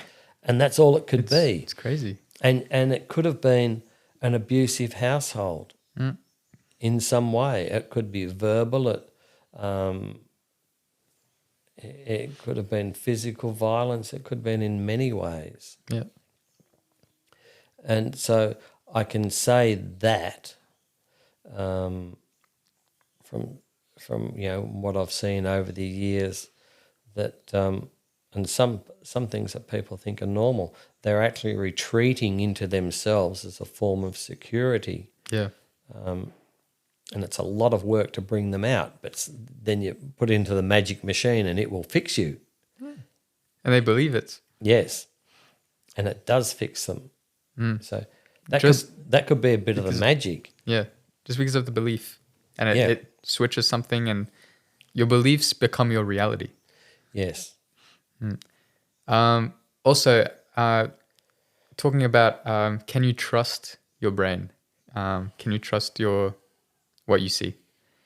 Psychedelics, they're experiences or hallucinations that happen purely in your brain, but they change people. No, you can't trust them. Yeah. It's everything that we see, everything that we feel, it's all perception. It's not the sensory information goes into your brain, and then it's perceived and it's changed, and it's different for other people. That's right. And then we imagine things in our dreams. Our dreams can be really good, and we can imagine things. And sometimes I've imagined things, and like what a town looks like and a beach looks like, because I've travelled a fair bit. When I actually go to that town, it was never there. Whatever I was looking for wasn't there. Wow. It was entirely different. Yeah. Because I'd had a picture in my head of, and I know there was a town in South Australia, and I said, I'm going to go there one day. When I got there, it was nothing like I'd imagined. Yeah. Because I had dreams about this place. And it just didn't exist, and I just dreamt it. The brain is unreliable. It is. We could be living in a simulation. And sometimes, like a musician can dream something and then he'll get up and write it down, and then you've got a top song the next day. Yeah. Or someone will dream about something, and some good stuff comes out of dreams, and a lot of garbage comes out of your dreams. And I think they have meanings sometimes, your dreams. But I don't know anything about that, but maybe it takes things out of your subconscious. It is sort of like like you talk about dreams, like an hallucination. If you want to talk about dreams, and it's a dream, and I was dreaming once that I was riding on a tandem bicycle, and I was on the back. And it was a very tall tandem bicycle, and it was very long grass in the bush we're riding through. And a seal was riding the bicycle. And we were chasing a striped cat, like a tiger, but it had a very smiley face. It had a cartoon smiley face. And it was bounding through the grass, turning back, looking at us, and we couldn't catch this tiger on this bicycle because the seal cannot ride a bloody bicycle for nuts. And so you talk about dreams, and it was a very vivid dream. So Yeah. what did that mean? No, that would mean something. If you were going to make a movie, you'd make something like that and say, this is completely stupid. How does your brain just come up with that? It's Exactly. And that's what crazy. brains do. But if you read Norman Lindsay's Magic Pudding, Norman Lindsay's an author from Creswick. Okay. Grew up in Creswick. His father was a doctor. When Creswick was a gold mining town, all the Lindsays were up there. Norman Lindsay was a painter, a beautiful Australian painter, and painted nudes and all this sort of stuff, very controversial. Yeah. And he wrote a book, Magic Pudding, for children. And the magic pudding, you could take a slice out of it and eat it, and it would grow back. But the pudding had legs, the pudding had arms, the pudding had eyes and nose, and it was alive. Oh, okay. Yeah. Interesting. And so that was born of a dream. And it sprouted a whole bunch of kids' books about the magic pudding. Wow. And maybe my riding on a tandem bicycle with a seal is just the same kind of dream as that, and he just elaborated on it. And because he was a good artist and he illustrated all these books, the magic pudding became a great story. Wow. That's incredible how... And it was probably born from a dream. Yep. Because no way is there any reality in there. And so that becomes back to science fiction and science fantasy and all of these things. They're dreams. And maybe some stories of the beginning or from religions were born from dreams. They were born from dreams. And people looking for answers.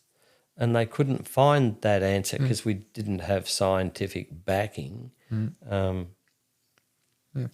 we probably didn't, we didn't have the communication that we developed in later years, so we couldn't compare notes with anyone. Yeah. And that's why we had different languages and different religions and everything all over the world. Yeah, now it's very global. We're all connected and... Yeah, and now it's very global. Yeah. Like every airline pilot has to be able to speak English. English is the language of an airline pilot, whether he's Russian, Chinese, or Australian. They all speak English. When they're coming into the control tower, that is language spoken. That is the world language. The French got very upset about all this because the French wanted to have the world language, and French was going to be a world language there for a while, and it was doing very well. But it is still in many countries. It is in Africa, and it is, and of course, in a lot of countries, in Mauritius and places like that. So you get back to your language, but things. That's how language, things in communication developed separately, and with that, religion developed separately. And there was no unification. But now the world's growing smaller, and our communication and everything we communicate with these days, tablets and everything, all have to have a similar format, and everyone over the world can communicate on this. Everyone's got one, so there has to. The world's getting smaller in such a sense. Yeah, and then there's the Abrahamic religions, which is like Christianity and Islam and Judaism. Yep, which are all really similar, but still there's this conflict between.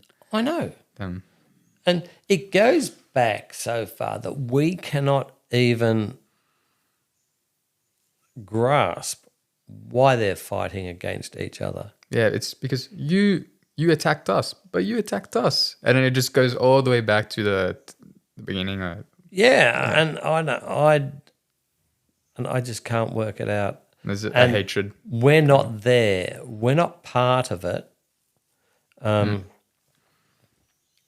like I said, when the French and the English divided up that part of the world post First World War, Second World War, it's even Lawrence of Arabia's book, Seven Pillars of Wisdom, where he united the Arabs to fight the Turks to get them out of there. And he wanted to get King Faisal from Saudi Arabia. He took him over for these big meetings, and the Arabs are going to get a certain amount of countries back. But the French and the English said, oh, you can't have all that. We're going to give some to, we're going to divide it up like this. And basically the Arabs and King Faisal were sort of kicked out and left out by people who were on the other side of the world making decisions for these people. And there's been conflict ever since. Yeah. And it is, nationality, it is language, and it is religion. And sort of like language and religion go together because you're from over there, you're one of them, and I'm from over here and I'm one of these, Yeah. And I guess religion influenced language somehow, and vice versa. Well, it was the writing. Yeah. Everything had to be, they were the learned, look, the religious people were the learned people.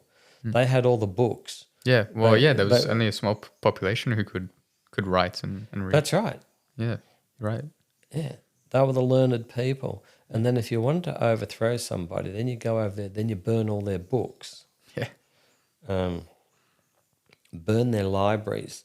And like there were a whole bunch of different people that wrote things down and, they got burnt. Yeah.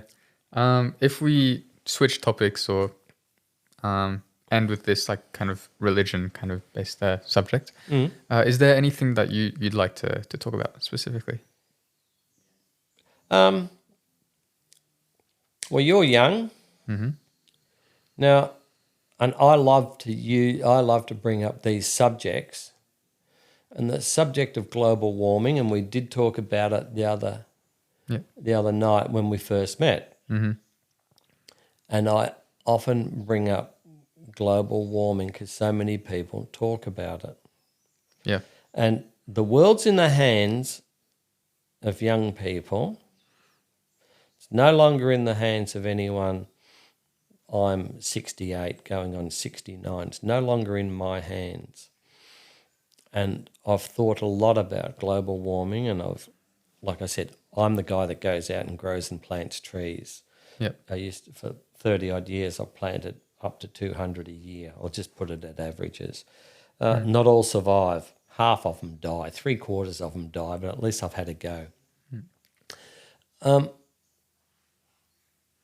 Everything we do in this society, in this life, is global warming. Yeah. Things we've talked about earlier, as I talked about, in the lust for power, they chop down all these trees to make ships to go and blow each other up. And now that's been leading to global warming before we even had global warming and deforestation of England and Scotland and Spain. They lost thousands and thousands of tons of wood and sent it to the bottom of the ocean. Yeah. No one thought about it. Yep. And all these people talk about global warming. Now, and they say, if we stop burning coal and oil, we can fix it. All right. If global warming has been going on for nearly 200 years, since the start of the Industrial Revolution, when we started really burning coal to generate steam, and the steam engine developed. The guys that developed the steam engine, the James Watt, Boulton, Trevithick, all these guys, they weren't thinking about global warming. They were making steam engines for pumping water out of mines and making steam trains to transport people and materials and make life more efficient. Yep. They had no thought in their head about global warming. It didn't exist. It was all about making life better. And so we've moved on. And we've had several hundred years of this making life better. Everything's evolved. The external combustion engine, steam engine, has developed into the internal combustion engine. Now, that transports, it grows all our food, transports all the food to the distribution centres, which then takes it to the shops, and we go and buy it from the shops. If you were to say, let's ban diesel fuel how long do you think before we would have anarchy in this society? Yeah. That's the problem. We've The become food- so dependent Yes, on the food fuels, would yeah. run out in a week. And I say to people, I've got a bit of food in my cupboard, my wife and myself, and we've got some flour and we can make some bread because I've got a little water tank up the back and I can light a fire because I've got a bit of wood and we've got a yard and I can got some sticks. But as soon as anyone smells bread burning, people are going to be jumping over my fence and I've got to be prepared to defend my loaf of bread. Yeah. Now, how many people, it's a stupid idea, but think about it. There's no food. I've got food. How long can I stab people with my garden fork to defend my loaf of bread to keep me alive Instead of until I get overrun? Simple things like that. But more than that, if we stop the burning of coal provides base load power. When the wind don't blow and the sun don't shine, we need some form, however it's developed. We can't rely on water from the Snowy Mountain scheme. We need base load power. Base load power pumps the water into our house yeah. and it pumps the effluent away from our house. We can't survive without water. Yeah. So if we turn off those two things tomorrow, that all these people want all these things turned off, you must have a system in place before you turn anything off. You must have an alternative. Yep. And we have an increasing population. So we have this race, and it's like, if we're going to shut down fossil fuel and move into what we call renewables, it's a race we will never be able to catch up with, in my opinion. Yep. And so many people are protesting about fossil fuel and vehicles. However, whenever they build a wind farm, people then protest about, the wind farm, it's an eyesore, I don't want to look at it. It was, I don't know how long ago, 25 years ago, I was in Portugal in an aeroplane looking out the window and I went, geez, along that ridge top, there's 125 wind turbines. Wow, that's really good. I'm all for it. And people say to me, you're negative about the climate. And I said, no, I'm positive about it. We're all getting told that a wind turbine is a great thing, but right now there's no wind outside. And so they're not the most efficient. Base load power, and we need a whole bunch of things. Then these people are protesting about building a new power line here. Well, you've got to have power coming this way from your base load power station. Then you have to be able to push it the other way. You can't push power back down those lines. And all these people protest, we don't want these power lines in our backyard. No one wants a garbage tip in their backyard, but they're prepared to use garbage. Yeah. No one wants an airport in their backyard, but they want to fly on an aeroplane. No one wants a wind turbine. No one wants power lines in their backyard, but everyone wants these things. They don't really want to put the effort in. No. They protest about needing a change. Yeah. And then when there's the change is presented. Yeah, they're like, not here. Yeah. Not here. Exactly, yeah. Someone else can have it. Well, those other people, they're just people like you. And to have that network going, you need a whole new network linking together. And I'm not anti-wind turbines because wind turbines are really good. You can build them all over the country so that when you have a hot northerly blowing down from the centre of Australia all the way across Victoria, we get these superheated summers every now and then, a few really hot days at 45 degrees. In Mildura, if you have a bunch of wind turbines spinning around, they're generating power. People can run their air conditioners on a sunny day using wind turbine power. And that's the beauty of them.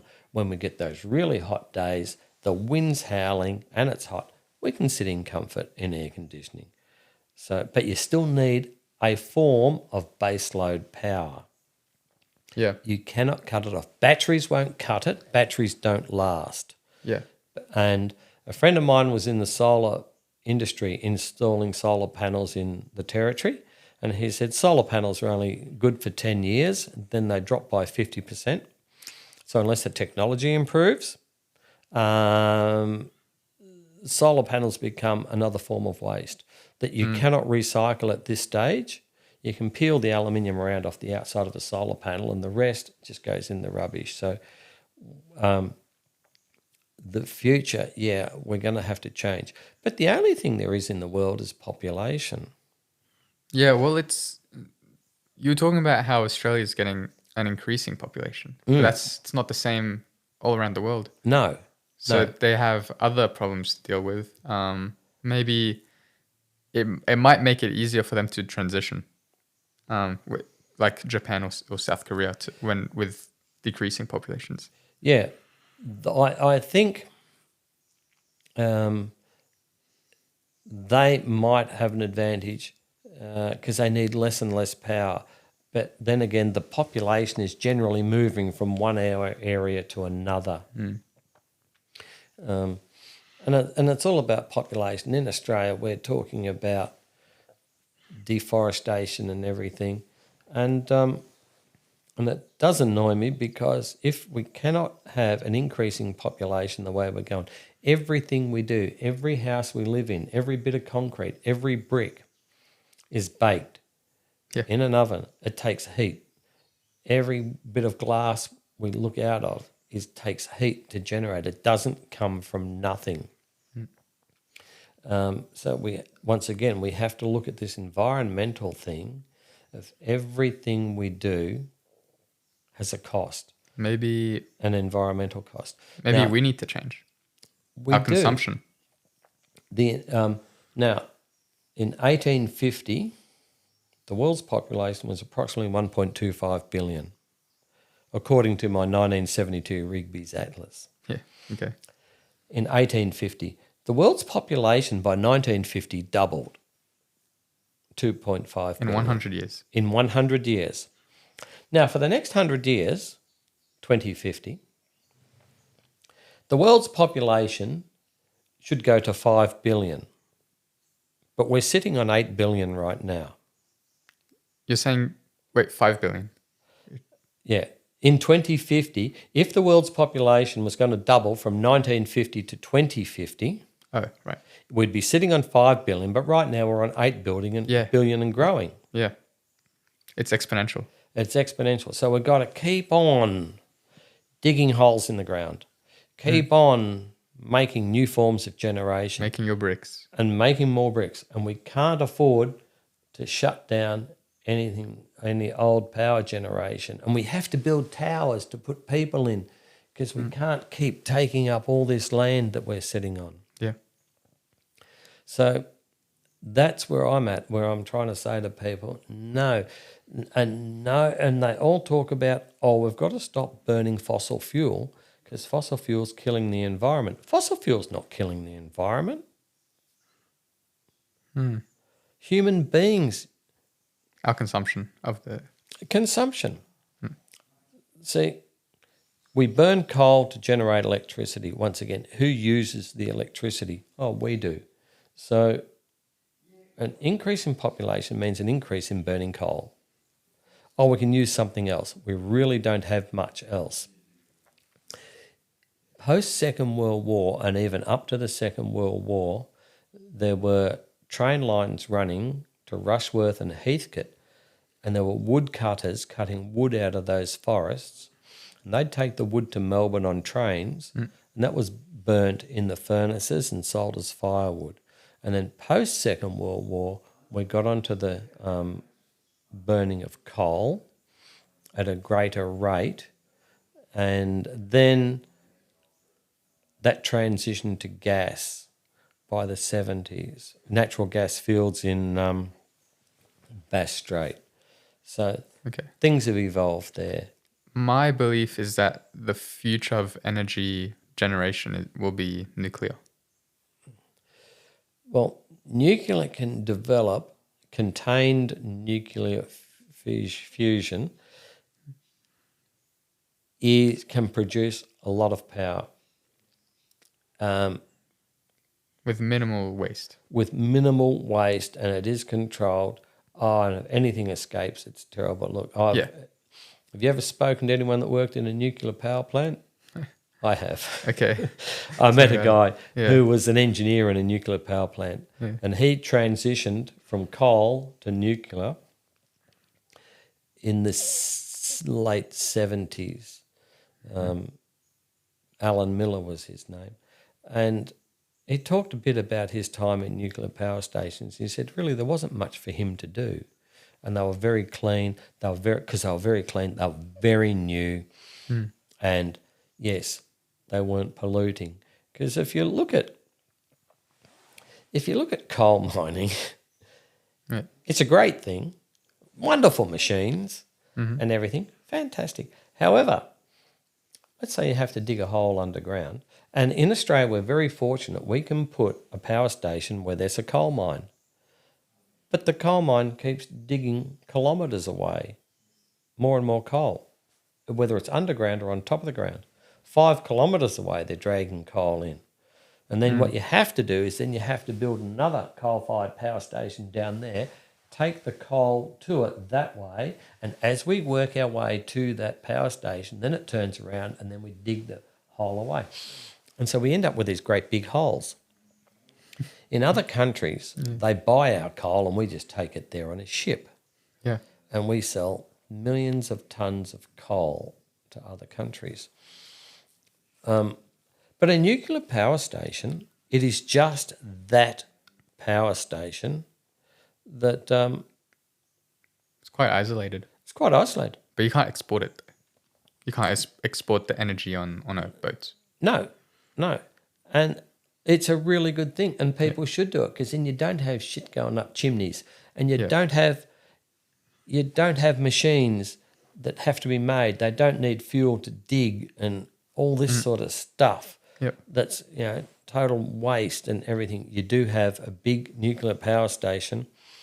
Which is what France got lucky on with their gamble with nuclear energy, with building so many around France. Yeah, they were good. And then if anything goes wrong, no one knows what to do with it. Yeah. Chernobyl, Yeah. 3 Mile Island, what was it? Fukushima. Yeah. No one knows what to do. And unfortunately, Fukushima was bad. No one knew there was going to be an earthquake and that would flood over their seawall. A tsunami, no one knew that was going to happen. Well, yeah. It is. Chernobyl might have been badly managed. I don't know what happened in America in 3 Mile Island. But I think those experiences would give us the lessons to be they are the lessons safe and never have that happen again. And do we need them so big? What is the problem with having small power stations dotted around the place? Right. Yeah. Smaller ones all around the countryside. Isolated places like Mildura. By the time we generate power in your lawn and shoot it up to Mildura, you've lost a third of it by the time it gets there. So a third of the coal you're burning, the electricity is going up into the atmosphere. So why don't we build a nuclear power station up there? It only has to be small, and it can do a several hundred kilometre radius there. Yeah. And other places as well. Wouldn't that be nice? Yep. To provide that base load power. And then we assist that with our other forms of power. Whether we can get hot rock technology flowing and other things like that, I don't know. And whether we can develop wave technology and tide technology. That is interesting as well. On the coast. And the problem with that, it's not a problem, it's plastics. We have to use plastics. Yeah, Plastics are a byproduct of the fuel industry. And eventually plastics do break down and things will break off. But I think plastics are really good and they don't corrode. And I think if we... it'd be really interesting. I think there was this new research where there's this type of bacteria that eats plastic. So we're coming up with solutions anyways for plastics and things. Another really interesting idea is also creating energy or generating energy locally. You said that solar panels, they last 10 years and then 50% of I'm all for efficiency. I'm all decreases, for. Let's have a look at how we build houses. Yeah. We have all these multi-pitched roofs. Rubbish. Absolute rubbish. We all have all these squiggly little streets down here. Streets should be parallel so that one side faces the sun. We should need a sloped roof on one side of the street so that faces the sun. On the other side of the road, we need another sloped roof facing the sun. The whole lot of that roof should be a solar panel. We should not put a solar panel on a roof. Why not make the solar panel the roof? Yeah, which is what Tesla does, I think. Yes, and a big rectangular roof, we could generate so much power on the roof of every house. You walk in the front door of one house on one side of the street, and it might be, I know, a very high roof, like almost 2 stories, and you walk into the front door of the house on the other side of the street facing the sun, it's only 1 story high. So you've got all your angles right. Then you don't have a battery at home, you go to a community battery. It then supplies your community, your town. It is then linked with the next community battery, which is linked to the next community battery. This kind of comes into the sharing economy. Exactly. Where if I'm not using my power right now, my neighbor can use it. That's right. So that's right. Yeah. And then on all the hills, if we have hills, or all around, then we have a few wind turbines. And like I said, on those really hot summer days, bang, we've got plenty of power and it's localized to run your air conditioners. Now, that is an ideal thing. But to get everyone to agree on it and have that community spirit and finance it, and someone's got to put up all the money, but that's the way I see it. And what do you do with all these houses that we've built now? Do you have to start building a whole new community? Do you just go in and bulldoze your houses and start again? Because we've stuck with these stupid houses, and there's so many, look at the inner city and so many little old single-fronted terrace houses and things. Oh, they're really quaint, but they're all rotting away. Yeah. Couldn't we do something with them? And then people don't want to live in a tower. You're right. But that tower wall could be clad with a thin membrane which will generate electricity, but you can still see through it and still let light in. You can still have switchable glass to stop your light coming in. These things are being developed, and we could generate that electricity. Every tower block could generate electricity off their northern wall, east and west, southern, forget about it, have a battery pack in the basement. These are ideals that could be put into action. Yeah. And I guess what we're talking about now is the roots of global warming. Our energy and our consumption. Yep. And how we can make it cleaner. It is. A little while ago, we had all the school kids have a big protest meeting, and they had the Friday off, and they all attended a big protest. Then they grabbed, all their placards and everything. When they got to the end of their protest, we just dumped all our shit and walked away, and they left all this rubbish for other people to clean up. Yeah. Well, thank you very much. That wasn't a very good example. Yeah. But how many of those kids went off to schoolies at the end of the year? Why'd you jump on a plane and go to the Gold Coast? Couldn't you just go down Elwood Beach or something? Yeah. Because then you've just protested about global warming, you've made it someone else's problem, and you've gone off and global warmed. And this really is really good because it ties back to the very start of the podcast where we're talking about how people don't analyze the world. They're being programmed. They're saying they've been told that global warming is a challenge that we need to face, and they need to protest about it. Yep. And then they don't analyze it and just do completely the opposite of what they're saying people to do. Yeah. Everyone's telling everybody else what to do. And I said, well, I started planting trees. I started doing my little bit. Even 20 odd years ago, I'd be saying to people about Richard Branson, and he wanted to develop his outer space flights where you can feel weightlessness and all that. Now, that's only available to a few people who are rich. Yep. Now, I say to people, don't talk to me about global warming while Richard Branson is planning to throw people into outer space for a joyride. Not one of those people is concerned. Yep.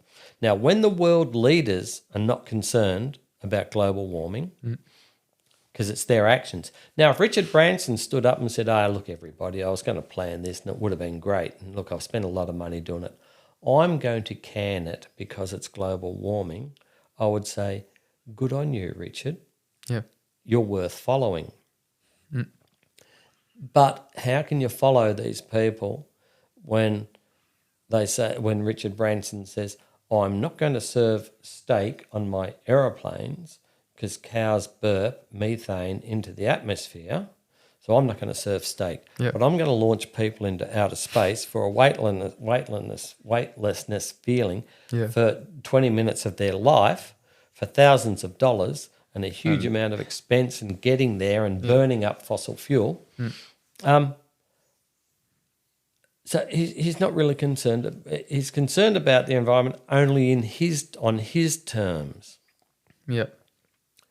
And you talked about Stephen Hawking and some of the things he said. Well, the last thing I heard Stephen Hawking say, in order for the human race to survive, they must start looking for other planets to inhabit.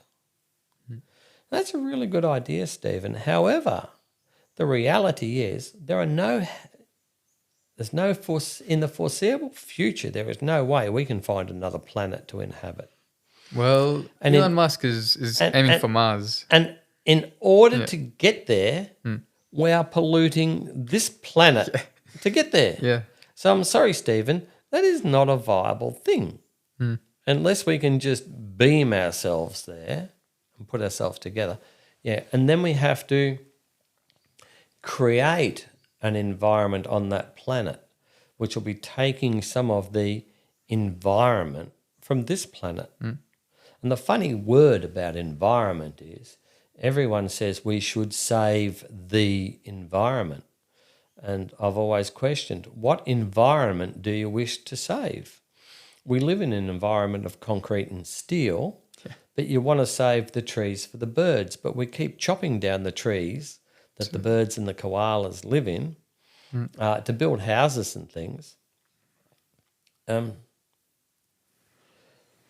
so they haven't got anywhere to live. So we're not interested in changing the environment. We're not interested in saving the environment. We're interested in promoting a concrete and steel environment. Yeah. We're all about growth and... growth. Yeah. We can't have negative growth. We can't go backwards. Yeah. And as humans, we don't want to go backwards. Yeah. We're always striving to find the next thing to develop to go forwards. You have a look back at New York, and New York had dirt roads and horses and carts, and how much horse shit and horse piss in the streets with that many people in the development, and it was just a huge, stinky, squashy mess in the streets of New York. And huge problem. Huge problem. So even with our population now, we can never go back there. Where could you keep a horse around here? So you're back to walking down to the supermarket. Well, there goes your day, walking to the shops. No one wants to go back there. Yeah. So as a young man, I think it's up to smart young people to try and make other young people aware with things like, you want to get involved in fast fashion, but there is a cost in that because it's made with slave labour on the other side of the world. And to do that, they also burn all this coal that we sell them. And we get to drive big four-wheel drives around because we've sold the coal and we're rich. Yahoo, we're doing all right. I guess not just make them aware, make them act as well. Make them act and say, don't talk about global warming because you are a global warmer. Yeah. And I think people have to take that on board that, yes, we all global warm. Yeah, we don't really have a choice nowadays. No. And when I was growing up, I either walked to school or rode a bicycle. Now everyone gets a lift with their mum or dad, drops off on the way to work and picked up on the way home. And our vehicle miles are so great. Could we go back to using a bicycle? Well, yeah. I mean, some people Amsterdam. do. Yeah. For example. Amsterdam. What a fantastic place. Yeah. Everyone rides bicycles. We can go back, but the world that we live in, that we've built, is not made for bicycles. It's made for cars. It is. It is. Yeah. It's a four-wheeled society. It's unsafe on a bicycle. The last time I rode a bicycle, I felt unsafe. Yeah. And I've got crook knees now and they don't like bicycles. But it is very unsafe and you feel unsafe riding bicycles. And I did a fair bit of bicycle riding other than motorcycles, but I did a fair bit of bicycle riding. I used to commute to work on a bicycle. And, that was fine. But now it's all in that many more vehicles on the road. It's all that much pressure, that intense. Everyone's running against the clock. That many cars. Everyone is under pressure to get there on time. Yeah.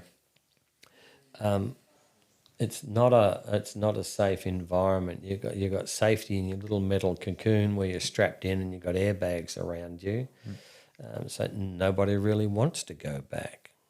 Yeah. I think we should wrap it up. Okay. Do you have any lessons to teach or a message that you want to give my generation or yeah?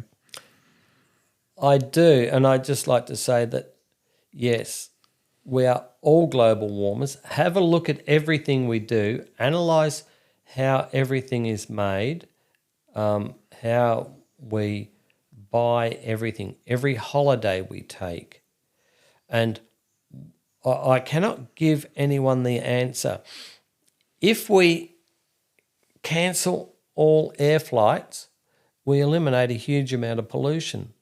But what do all the pilots do? What do all the service people do? What do all the grounds people do? What do all the people in the holiday resorts do? What do we do with all these people if we shut down one thing in order to save the planet? I cannot answer these because we've developed like this, let's say, Industrial Revolution, 200 years. How do we stop it? And we have to be fair to all people and say, how do we stop this thing? Yep. It is an extremely difficult question to answer.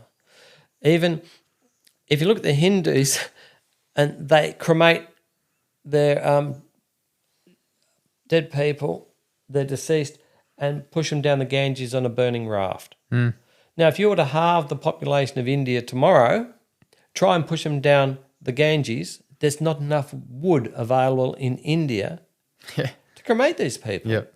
So it's just to halve the world's population, we can't dig enough holes. I don't know. Who do you choose? How do we do it? How do we control this thing? And for me, it's really frustrating that that it is an uncontrollable thing. Yeah.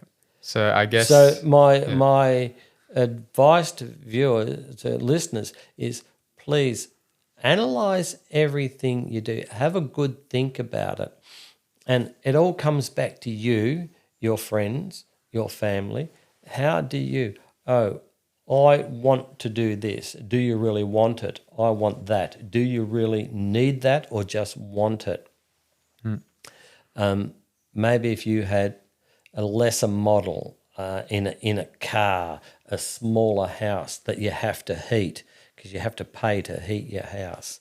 That's what the future holds. I think we have to reduce the size and our consumption of goods in order to survive, because we can't grow enough trees to build enough houses out of. Yeah. So I think the overarching message is that a life that has not been analyzed is not a life worth living. You must analyze your actions. Yes, and you what you spend your life growing up, and it takes you a while because you just go along and you're learning a lot, but you don't really know until you have time to reflect and look back on things. Some people might have some sort of awareness at a young age and go, oh yeah, but others, they're just happy going to the next party and going off down to the beach and getting a job and going to work and just doing everything. But they haven't had time to analyse. And the hardest thing is to look into yourself and analyse and work out the difference between wanting and needing. Wow. And we all want far more than what we need. Very profound. It's good stuff. Yeah. Yeah, we can have anything. And we all want. And I'm in a position now that I've got enough stuff and I'm trying to get rid of it. And it happens when you have deceased estates and you have to get rid of furniture and people's worldly possessions they've got no more use for. It's pretty soul-searching when you're getting rid of stuff that nobody wants. It's been accumulated and loved and got memories attached to it. Yeah. And we spend our life accumulating things and memories and people. We accumulate people in our life. Which is one of the most important. And people are good. Yeah. Yeah, people make you laugh, and the people that don't, you don't waste your time on. There's another one. Yeah. People that make you laugh, make you happy, you enjoy their company, that's great. People that don't, just walk away. Don't argue with them because they won't get any, they haven't got any idea of what you're talking about anyway. You're wasting your energy on them. So nothing, don't waste energy on anyone that cannot grasp the concept of your conversation. Thank you. Thank you. It's been a pleasure. Awesome. Thank you very much for listening to this episode. Look out for new ones coming soon. The coming episodes are really interesting.